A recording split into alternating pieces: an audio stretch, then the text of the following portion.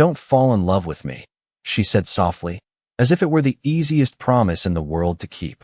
The rain tapped gently against the tall glass windows of the penthouse, each drop sliding down like a quiet countdown to something neither of them could stop.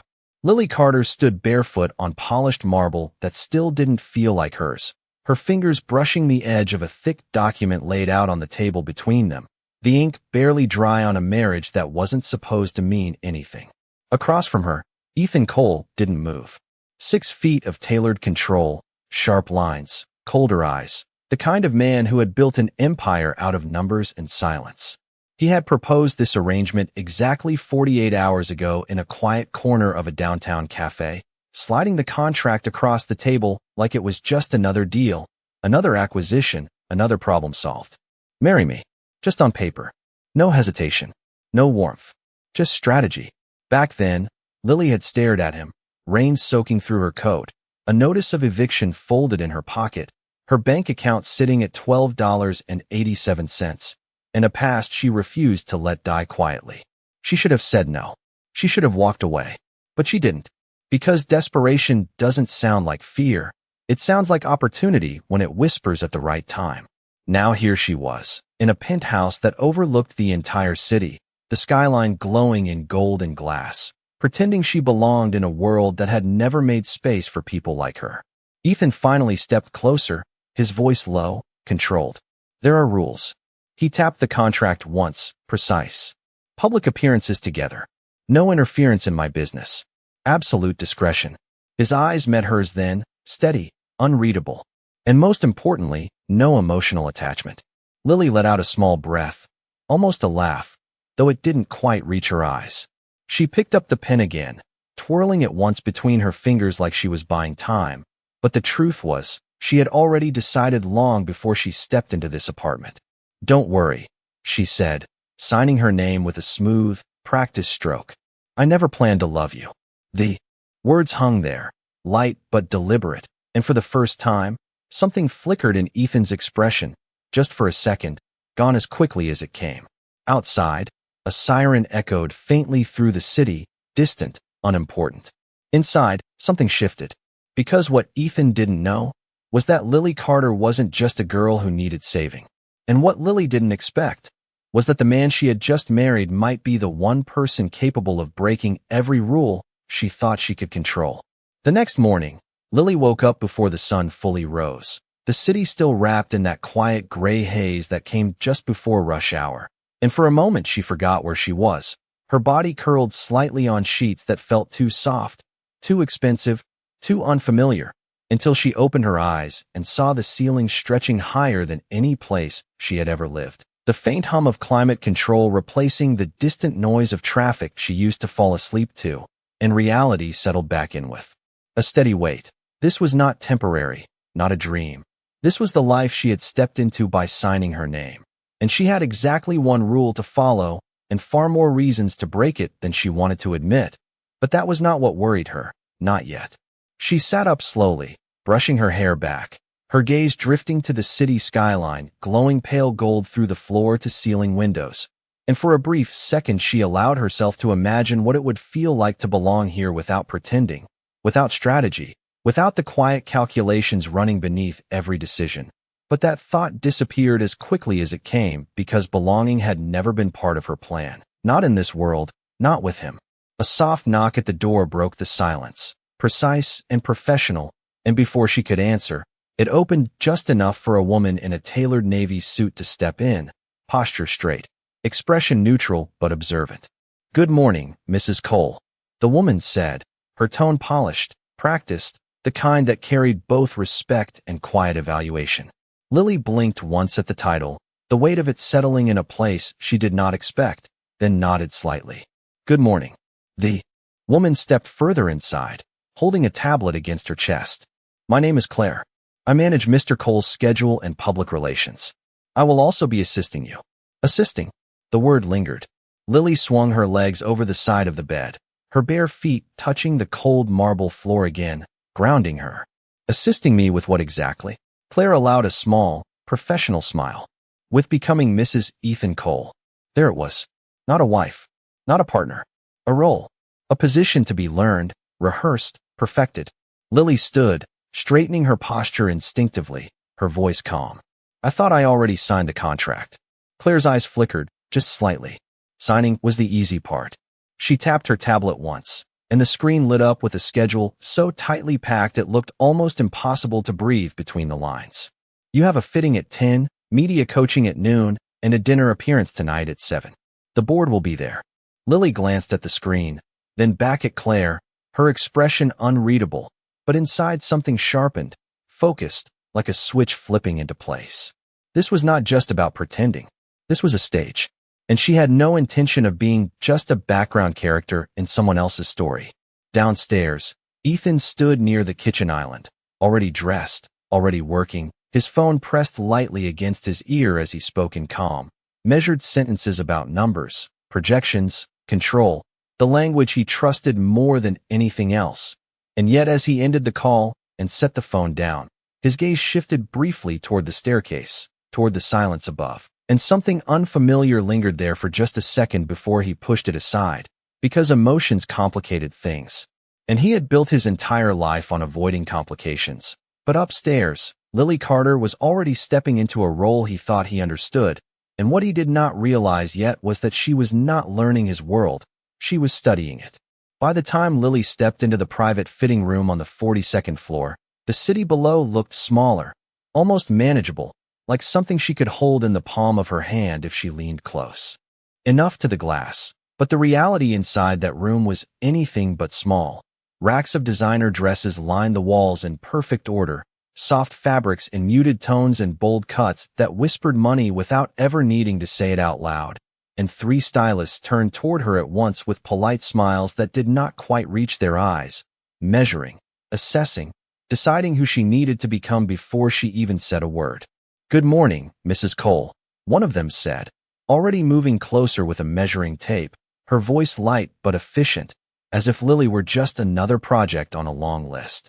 Lily gave a small nod, her shoulders relaxed but her gaze sharp, taking in every detail, every movement, every unspoken expectation, because this was not about clothes, it was about transformation, and she refused to be shaped without understanding the mold.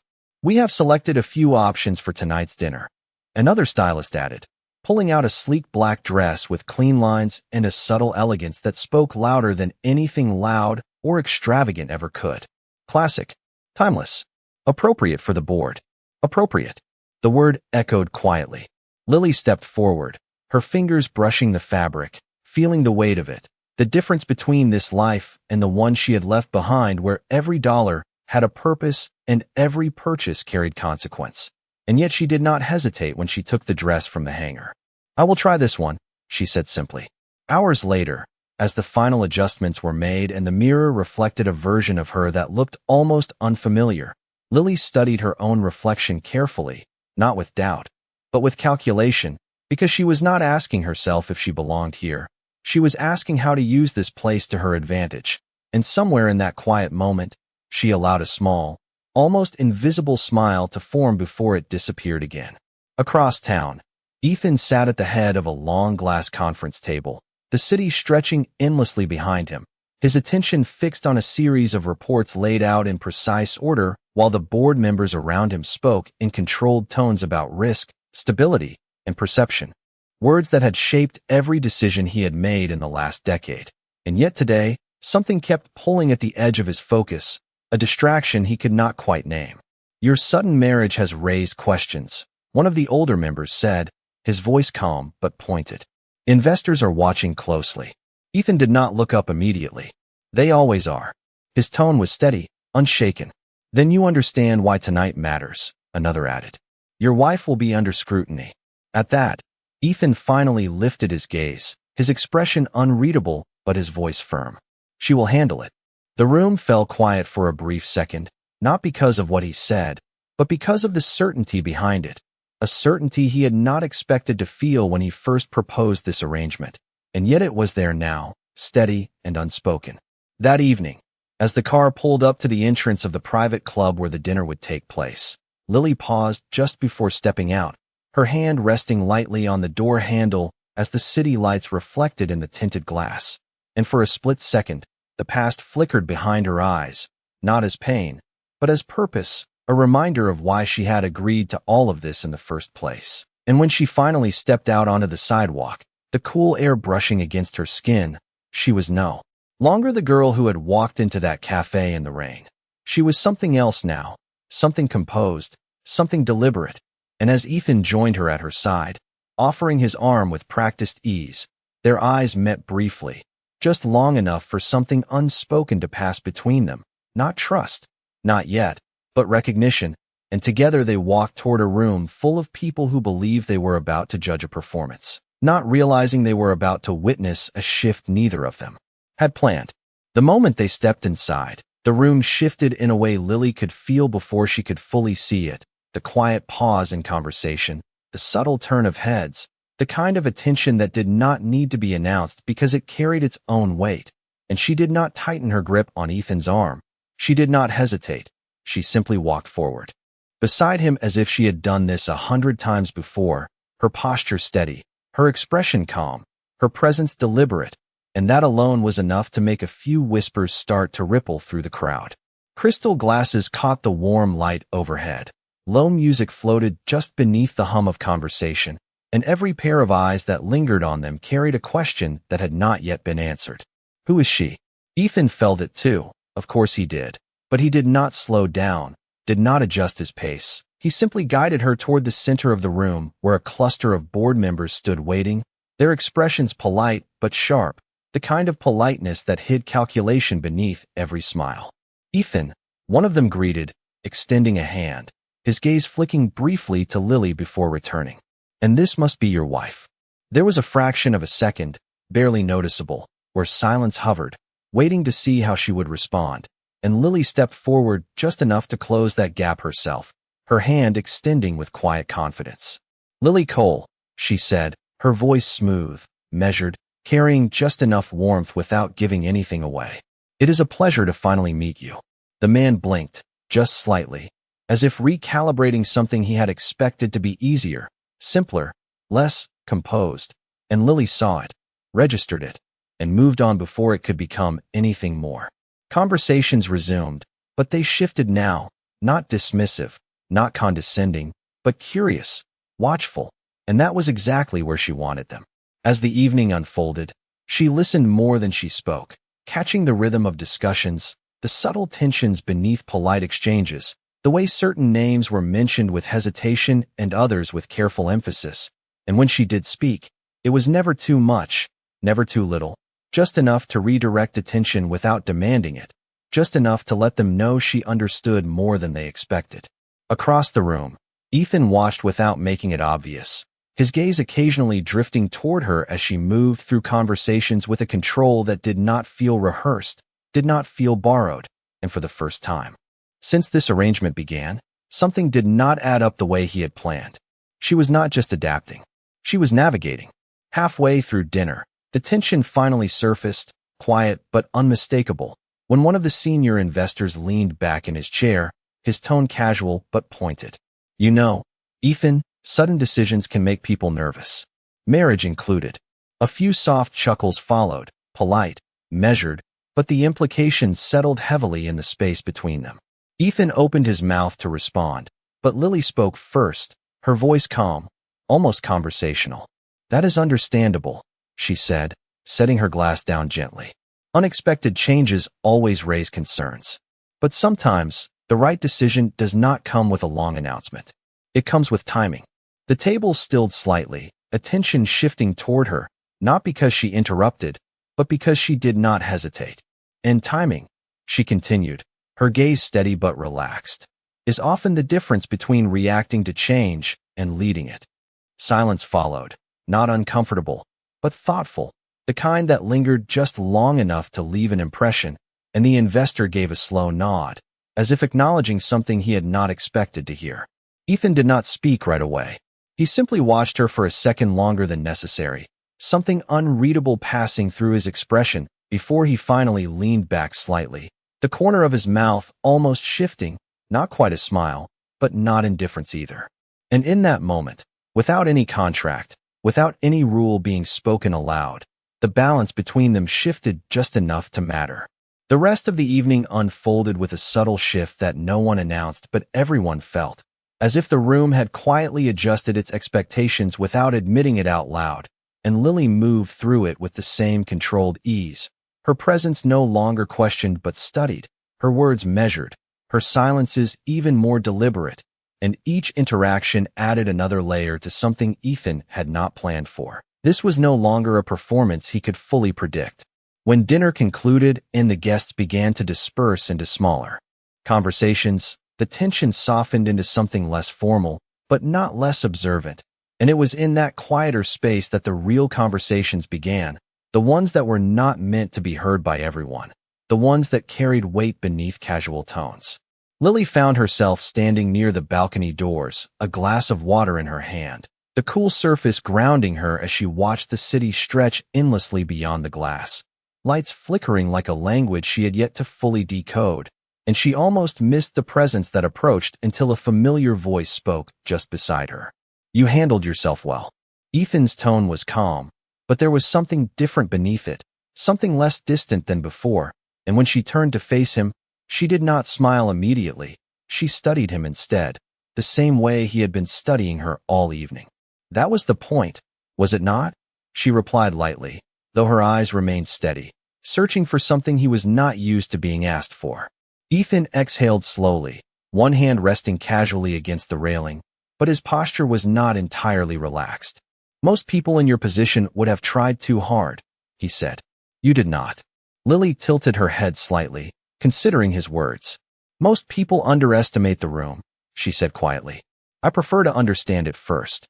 There was a pause, brief but significant, where neither of them looked away, and in that silence something shifted again, not loudly, not dramatically, but enough to matter.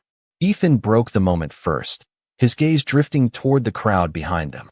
"You surprised them," he said. "That was necessary."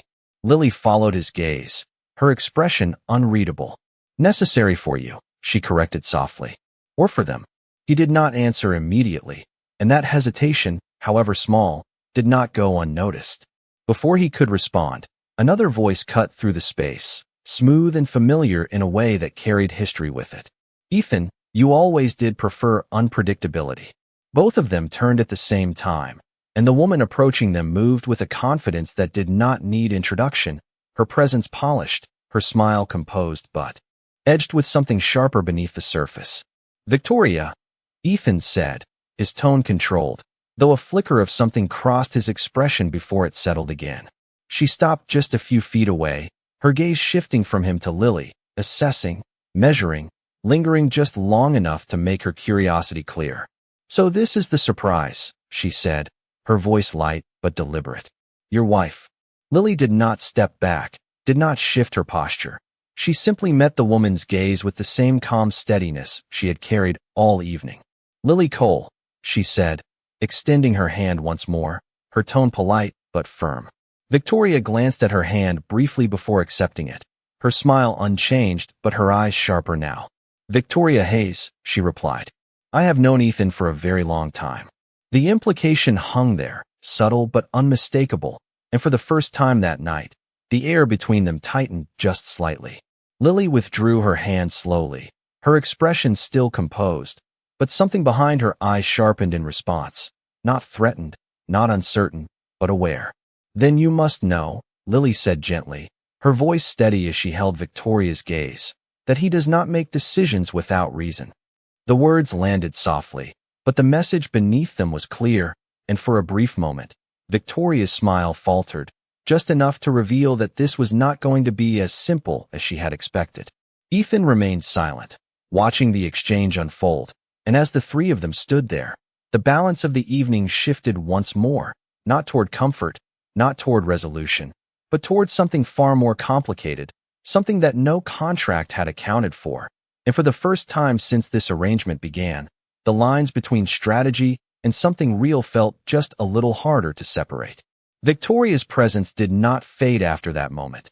It lingered, subtle but deliberate, like a question left unanswered in the room, and even as conversations resumed and the evening moved forward, Lily could feel the shift, the way a few more eyes followed her now, not with curiosity alone, but with quiet speculation, as if the narrative had just gained a complication no one had expected. Ethan remained composed, speaking with investors, responding with the same measured precision that had built his reputation. But there was a tension beneath it now, something restrained, something calculating, and every so often, his gaze would return to Lily, not to check on her, but to reassess something he had not fully understood before tonight. When the dinner finally drew to a close and the last of the guests began to leave, the air felt lighter but not simpler, as if the evening had not ended so much as shifted into something else, something more private, more revealing. The car ride back was quiet at first, the city lights streaking past the windows in long golden lines, and Lily sat beside him without speaking, her hands resting loosely in her lap, her expression calm but thoughtful, replaying every word, every glance, every subtle move that had unfolded throughout the night. She had expected resistance, she had prepared for scrutiny, but what she had not expected was him, not the way he had watched her, not the way his silence carried weight instead of indifference. "You did not tell me about her," Lily said finally, her voice soft but clear, breaking the quiet without tension. Ethan did not look at her immediately, his gaze fixed ahead as the car moved through the late evening traffic. "It was not relevant," he replied, his tone even, controlled, but not dismissive. Lily turned her head slightly, studying his profile, the sharp lines of his jaw, the stillness in his posture that suggested control but hinted at something beneath it. "People like her are always relevant," she said quietly. "They do not show up by accident." That made him glance at her then, just briefly, and in that moment there was something unguarded in his eyes, something that did not quite align with the man who had presented a contract like it was a simple transaction. "Victoria understands this world," he said after a second, his voice lower now.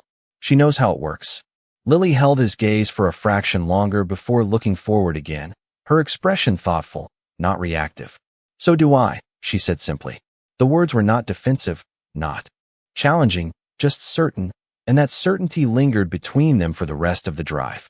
Back at the penthouse, the quiet felt different than it had the night before, less unfamiliar, more aware, as if the space itself had begun to recognize her presence, and Lily stepped inside without hesitation, slipping off her heels and setting them neatly by the door, her movements unhurried, natural, as though she had already adjusted more than she should have in just one day. Ethan remained near the entrance for a moment longer, watching her as she moved through the room, and there was something about the way she carried herself now that made him pause, not because it was out of place, but because it fit too well, too easily, in a way he had not anticipated. "You are not what I expected," he said finally, his voice quieter than before, less like a statement and more like an observation he had just realized himself. Lily stopped mid-step, turning slightly to face him, her expression unreadable but her eyes steady. "That seems to be a recurring theme tonight," she replied, her tone light but not dismissive. There was a brief silence, the kind that stretched just enough to reveal something beneath it, and for a moment, neither of them moved, neither of them spoke, and the distance between them felt smaller than it had any right to be. Then Lily looked away first, breaking the moment before it could become something else, something neither of them had agreed to, and she walked further into the penthouse without another word. Ethan remained where he was, his gaze lingering in the space she had just left, and for the first time since this arrangement began, the rule they had both agreed on did not feel like a safeguard. It felt like a challenge, one that neither of them had fully prepared for. The next few days did not unfold quietly. They sharpened, like something slowly coming into focus, and Lily could feel it in the way the penthouse no longer felt like borrowed space, but something she moved through with intention, her routine forming with quiet precision. Mornings spent reviewing schedules Claire sent over, afternoons observing, learning, connecting pieces that no one realized she was studying, and every evening ending with a silence that felt heavier than the one before, not uncomfortable, but aware, as if both she and Ethan were waiting for something neither of them wanted to name first. It was late afternoon when the shift finally came, not dramatic, not loud, but undeniable. "Cautious. You think you understand what you are looking at?" he asked quietly. Lily held his gaze, unwavering. "I think," she said slowly, "that you are not just making a business decision. You are correcting something." The words landed with precision, not accusation, not assumption, but insight. And for a brief moment, Ethan did not respond, not because he did not have an answer, but because he was not used to being seen this clearly. "Who are you, Lily?" he asked finally, his voice quieter than before, stripped of its usual control, carrying something closer to curiosity than authority. The question hung in the air, heavier than anything they had said to each other so far, and Lily felt it, the weight of it, the edge of a line she had not planned to cross this soon. But she did not look away, she did not retreat. Instead, she let a small breath escape, her fingers tightening just slightly against the desk before relaxing again. "Someone who knows what it feels like," she said, her voice softer now, but no less steady. "To watch everything your family built disappear because someone else decided it was just business." The silence that followed was different, deeper, no longer about roles or contracts or expectations, but about something far more personal that had just entered the space between them. And for the first time since this arrangement began, the truth was no longer something waiting in the background. It was standing right there between them, undeniable, impossible to ignore. The silence after her words did not break. It deepened, stretching across the space between them like something fragile and dangerous at the same time. And Ethan did not move, did not look away, because for the first time in years, someone had stepped past the version of him the world knew and spoken directly to the part he kept buried beneath strategy and control. "That is a serious accusation," he said finally, his voice quieter now, not sharp, not defensive, but careful, as if choosing the exact weight of each word. Lily shook her head slightly, her gaze steady. "It is not an accusation," she replied. "It is recognition." That landed differently, not as a challenge, but as something far more personal, and Ethan exhaled slowly, turning just enough to create distance, though it did not feel like distance at all. "You should not be involved in this," he said, his tone returning to something more controlled, more familiar. "That is not what this arrangement is for." Lily watched him for a moment, the shift not lost on her, the way he was stepping back into a role he understood, into boundaries that felt safer. "No," she said quietly. "This arrangement is for appearances." She paused, just long enough to let the next words settle before she spoke them. "But this is real." The distinction hung there, undeniable, and for a brief second, Ethan closed his eyes, not in frustration, not in defeat, but in recognition of something he could no longer ignore. When he opened them again, his gaze was sharper, clearer, as if a decision had been made somewhere beneath the surface. "The company you are talking about," he said slowly, his voice measured, "was part of a series of acquisitions years ago. Decisions made before I took full control." Lily did not interrupt, did not react. She simply listened, her expression calm but attentive. "Some of those decisions," he continued, his jaw tightening just slightly, "should not have happened the way they did."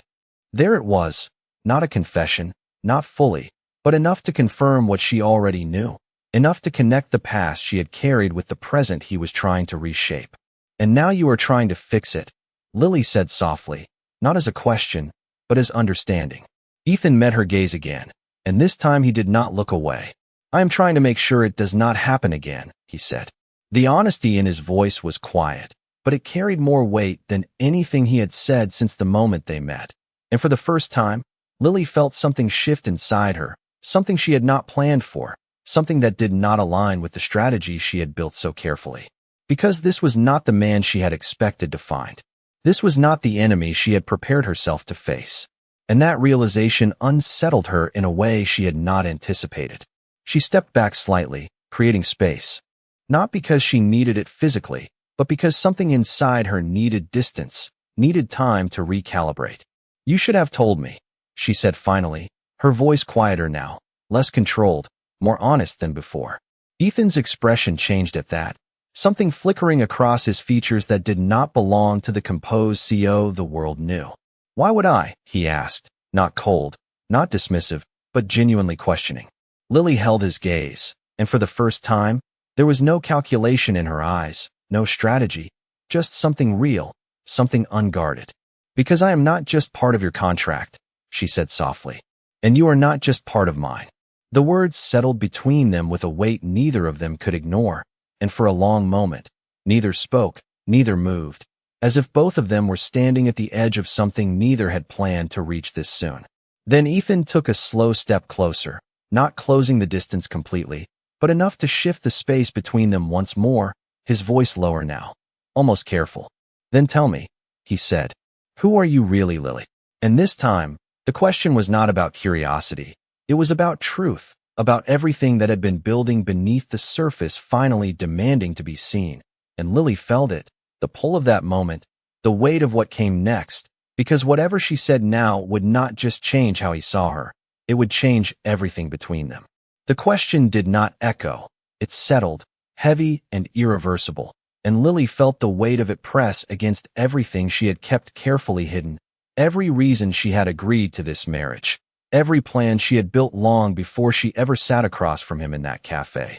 And for a moment, she considered stepping back into the safety of silence, into the version of herself that calculated every move and revealed nothing she did not have to. But something in his voice had changed, something real, something that made pretending feel like the greater risk.